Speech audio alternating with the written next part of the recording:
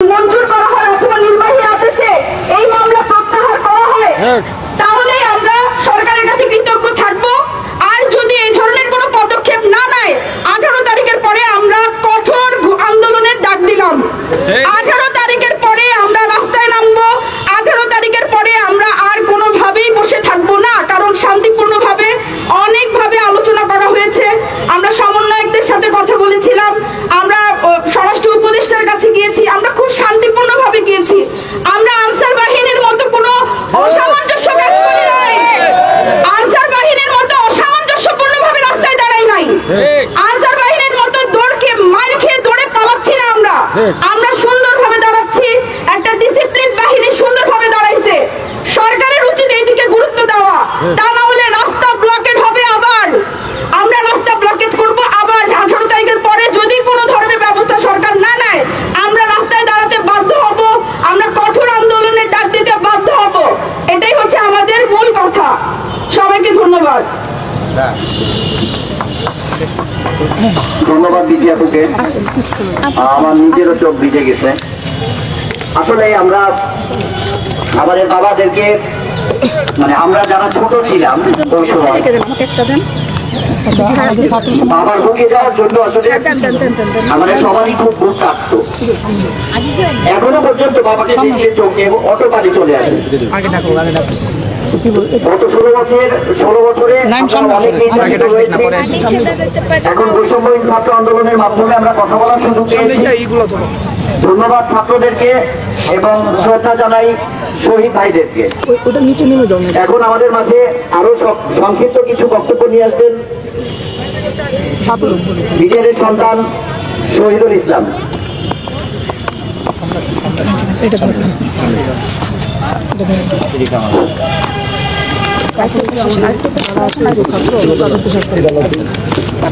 আসসালামু আলাইকুম, আমি মোহাম্মদ শহীদুল ইসলাম।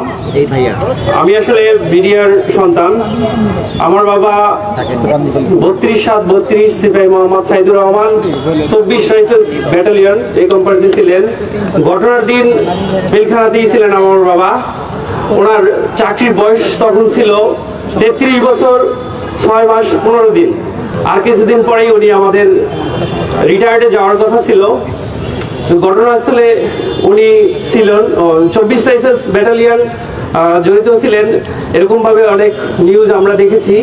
বাট আমি বলতে চাচ্ছি যে আমার বাবা উনি লাস্ট 3 বছর ওনার কোনো সিপাহি ছিলেন, আর্মস ইস্যু ছিল না, ছোট একটা ডিউটি পালন করতেন, বাট এতটুকুই। বাট আমার বাবাকে 1 বছরের কারাদণ্ড দেওয়া হয়, এমনকি ওনার পেনশন থেকে শুরু করে চাকরিচ্যুত করা হয়।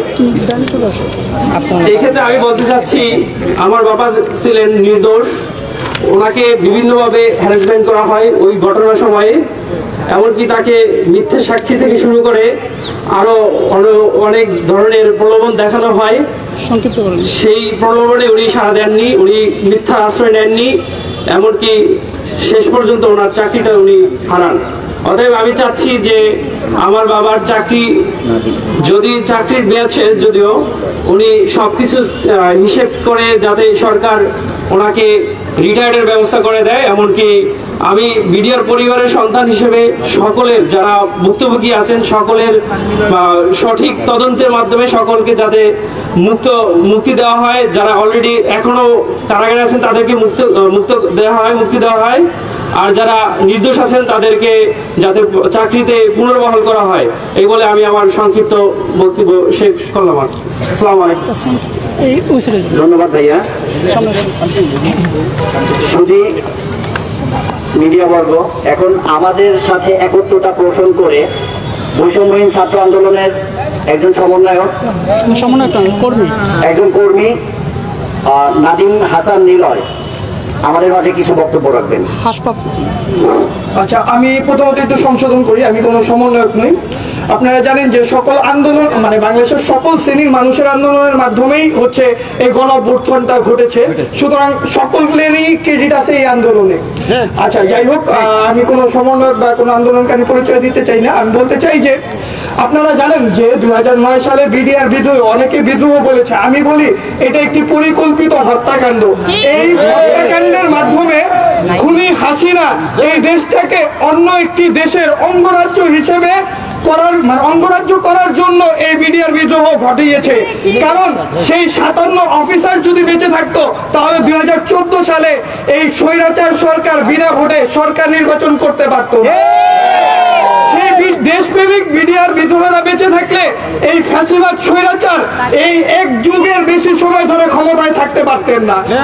তাদেরকে হত্যার মাধ্যমে এই খুনি হাসিনা এই দেশটাকে অন্য একটি দেশের অঙ্গরাজ্য হিসেবে পরিণত করতে চেয়েছে। শুধু তারা দেশপ্রেমিক ছিলেন বিধায় তাদের আজকে হত্যা হতে হয়েছে। আমি বলতে চাই, এবং তাদের সাথে যাদের হত্যা করতে পারে নাই, যারা কোনো না কোনো ভাবে বেঁচে গিয়েছেন, তাদেরকে এই খুনি হাসিনা, ফ্যাসিস্ট হাসিনা তাদেরকে মিথ্যা মামলা দিয়ে কারাগারে দিয়েছে। তাদের পরিবারকে তাদের থেকে বিরত রেখেছেন, তাদের পরিবারের সাথে তাদের কোনো যোগাযোগ করতে দেন নাই। আমি এই বিপ্লবী সরকারকে বলবো, আপনারা গণতন্ত্রের সরকার, এই দেশের ছাত্র জনতার গণ অভ্যুত্থানের মাধ্যমে আপনারা সরকার গঠন করেছেন।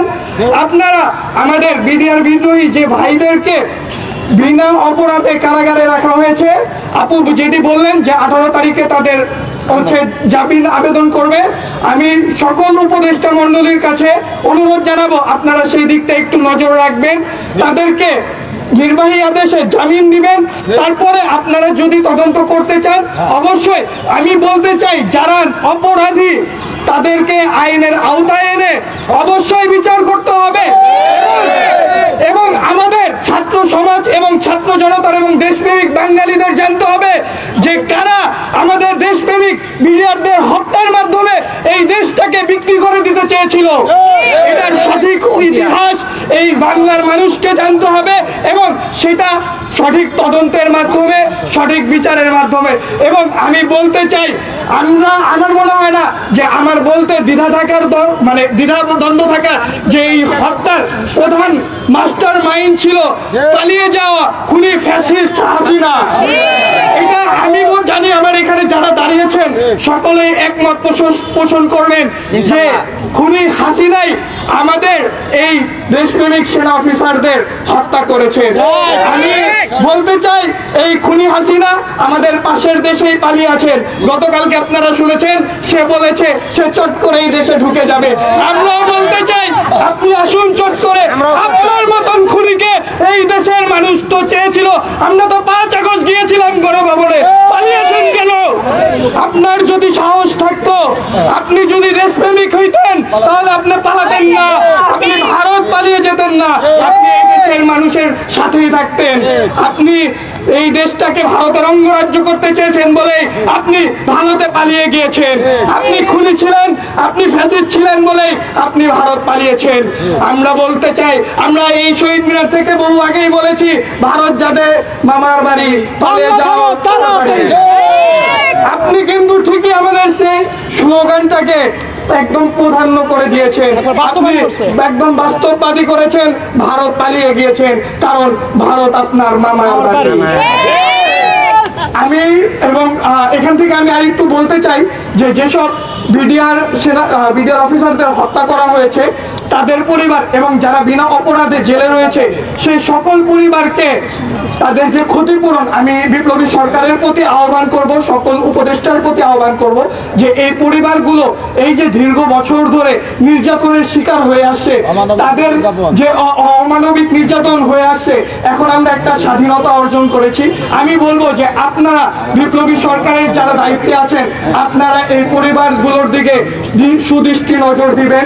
এদেরকে যেভাবেই হোক এদেরকে পুনরায় দেশের মানুষের মাঝে যাতে এরা স্বাভাবিকভাবে চলাফেরা করতে পারে এবং এদের এই খুনি হাসিনা যে পরিমাণ ক্ষতি করেছে আমি জানি সেই ক্ষতি কোনোভাবে পুষিয়ে দেওয়া সম্ভব না, কিন্তু এই সরকার আপনারা যতটুকু পারবেন এই যতটুকু সম্ভব তাদেরকে পুষিয়ে দিবেন এই ক্ষতিগুলো। এই বলে আমি আমার বক্তব্য শেষ করছি।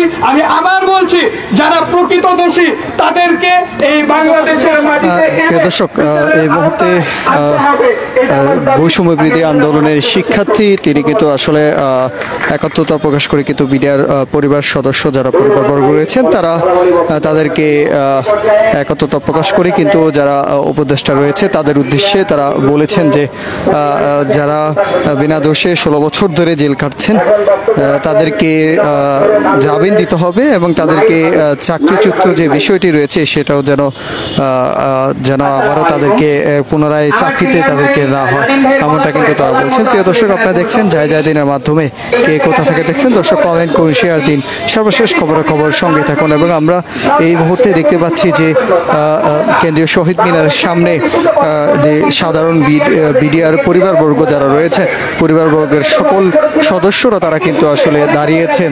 তারা বলছেন যে তাদের কারো বাবা, কারো স্বামী, তাদের বাবা প্রায় 16 বছর ধরে কিন্তু আসলে জেলে রয়েছেন। তাদেরকে বেকসুর খালাস দেওয়ার পরও কিন্তু আসলে তাদেরকে কোনোভাবেই তাদেরকে জামিন দেওয়া হচ্ছে না। এবং স্বৈরশাসক শেখ হাসিনা ভারতে পালিয়ে যাওয়ার পর থেকে কিন্তু আসলে তারা মানববন্ধন করছেন। এই 16 বছর ধরে তারা কিন্তু কোনোভাবেই তাদের কাছে কিন্তু আসলে তাদের যে পরিবার রয়েছে, যারা বিডিআর পরিবারবর্গ রয়েছে তাদেরকে কোনোভাবেই পরিবারদেরকে তাদের আন্দোলন বা কোনো কিছু করতে দেওয়া হয়নি, এমনটা কিন্তু তারা জানিয়েছেন। প্রিয় দর্শক, আপনারা দেখছেন যায় দিনের মাধ্যমে কে কোথা থেকে দেখছেন। দর্শক, কমেন্ট করুন, শেয়ার দিন, সর্বশেষ খবর সঙ্গেই থাকুন। আমরা 5 আগস্ট সেই